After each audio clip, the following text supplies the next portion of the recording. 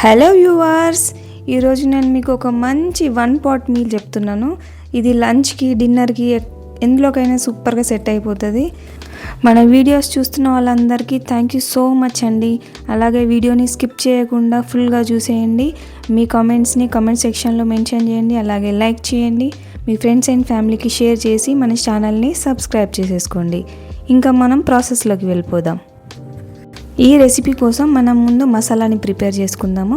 Mixie జార్లో 4 లవంగాలు, 2 ఇంచుల అల్లము, 10-15 వెల్లుల్లి, అర ఇంచు దాల్చిన చెక్క, 10-12 పచ్చిమిర్చి, ఒక కట్ట పుదీనా, కొంచెం కొత్తిమీర, దీంట్లోనే 1/2 కప్పు పచ్చి కొబ్బరి వేసుకోండి. దీనివల్ల మన రైస్కి మంచి ఫ్లేవర్ వస్తుంది. తర్వాత కొంచెం ఉల్లిపాయలు వేసేసుకొని ఫైన్ పేస్ట్ లాగా మిక్సీ చేసుకోండి. మనకి ఈ రెసిపీలో ఆయిల్ ఎక్కువ పడుతుంది. ఒక 1/2 కప్పు ఆయిల్ వేసుకోండి కుక్కర్లో. కొంచెం స్పైసెస్ వేసుకుందాము. 2 ఇలాచి, 1/2 ఇంచు దాల్చిన చెక్క, 1 స్టార్ అనాస్, 2 బగారా ఆకులు, ఇంకొకటి స్టోన్ ఫ్లవర్ అంటారు కదా, మనమైతే బండపాకురు అంటాం, అది వేసుకోండి. తర్వాత 1/2 టేబుల్ స్పూన్ సాజీరా కూడా వేసేసుకోండి. దీన్ని కలిపేసేయండి ఒకసారి. ఇందులో 2 మీడియం సైజు ఆనియన్స్ సన్నగా కట్ చేసుకొని వేసుకోవాలి. ఈ ఆనియన్స్ మంచిగా బ్రౌన్ కలర్ వచ్చేంత వరకు ఫ్రై చేయాలి. ఆనియన్స్ తొందరగా ఫ్రై కావాలంటే దీంట్లో కొంచెం సాల్ట్ వేసుకుంటే తొందరగా ఫ్రై అయిపోతాయి. ఇట్లా బ్రౌన్ కలర్లో ఫ్రై చేసుకున్న తర్వాత మనము పచ్చి బఠానీ ఉంటే పచ్చి బఠానీ వేసుకోండి. నేనైతే నైట్ నానబెట్టిన ఎండు బఠానీలు అవి ఒక 1/2 కప్పు వేసుకుంటున్నా.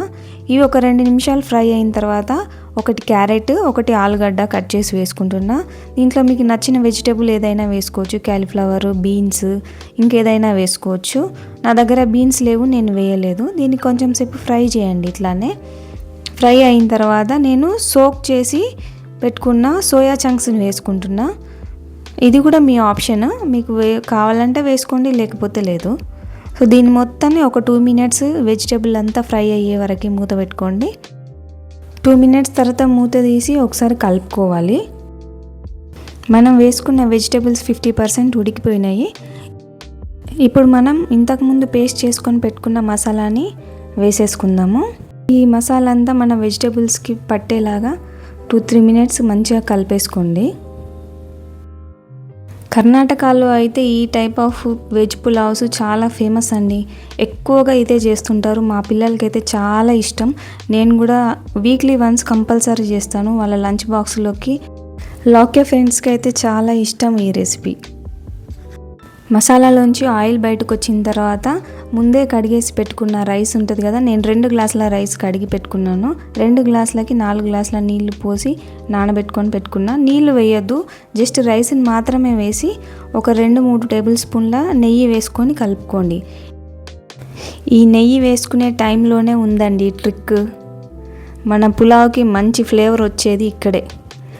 2 నిమిషాలు మూత పెట్టి ఉడికించిన తర్వాత ఇప్పుడు అన్నం ఒకసారి కలిపేసుకొని మనం ముందుగా నానబెట్టుకొని పెట్టుకున్న రైస్లో ఉన్న వాటర్ ఉన్నాయి కదా, ఆ వాటర్ మొత్తం వేసేయండి.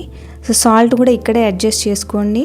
ఒకవేళ తక్కువ అనిపిస్తే టేస్ట్ చేసి చెక్ చేసి మళ్ళీ కావాల్సినంత సాల్ట్ వేసుకొని కుక్కర్ పెట్టేసి మీడియం ఫ్లేమ్లో 2 విజిల్స్ వచ్చేంత వరకు పెట్టేసేయండి. హై ఫ్లేమ్లో పెట్టొద్దు, అడుగు అంటుకుపోయే ఛాన్స్ ఉంటుంది. ఇంతలోపు దీనికోసం కాంబినేషన్గా రైతాని తయారు చేసుకుందాము. ఒక 1/2 లీటర్ పెరుగు తీసుకొని గడ్డలు లేకుండా స్మూత్గా కలిపేసుకోండి. ఇందులో మీడియం సైజు ఆనియన్ కట్ చేసి వేసి కొంచెం కీరా ముక్కలు, కొంచెం క్యారెట్ తురుము, సరిపడేంత ఉప్పు వేసి ఒకసారి కలిపేసుకోండి. ఇంతే అండి, చాలా సింపుల్. ఇందులో పెద్దగా వేయాల్సినవి ఏమీ లేవు. సాల్ట్ మాత్రం కరెక్ట్గా వేసేయండి. మనకు కావాల్సిన రైతా రెడీ అయిపోయింది. ఎప్పుడైనా వెజ్ బిర్యానీ చేసిన తర్వాత కుక్కర్ లిడ్ వెంటనే తీయొద్దండి. ఒక 5-10 మినిట్స్ అట్లానే ఉంచేసేయాలి. అప్పుడే ఫ్లేవర్స్ అంతా బాగా పడతాయి రైస్కి. ఒక 10 మినిట్స్ తర్వాత తీసి చూద్దాము ఎంత బాగా వచ్చిందో మన బిర్యానీ. సూపర్ టేస్టీగా ఉంటుంది. లంచ్ బాక్స్లోకి అయితే పిల్లలకి ఖచ్చితంగా నచ్చుతుంది. మీ పిల్లలు డెఫినెట్గా డైలీ ఇదే పెట్టమని కూడా అడుగుతారు. ఒకసారి మీరు ట్రై చేసి చూడండి. ఈ వీడియో నచ్చితే లైక్ చేసి కమెంట్ చేయండి. అలాగే సబ్స్క్రైబ్ చేసుకొని మీ ఫ్రెండ్స్ అండ్ ఫ్యామిలీకి షేర్ చేయండి. Thank you for watching.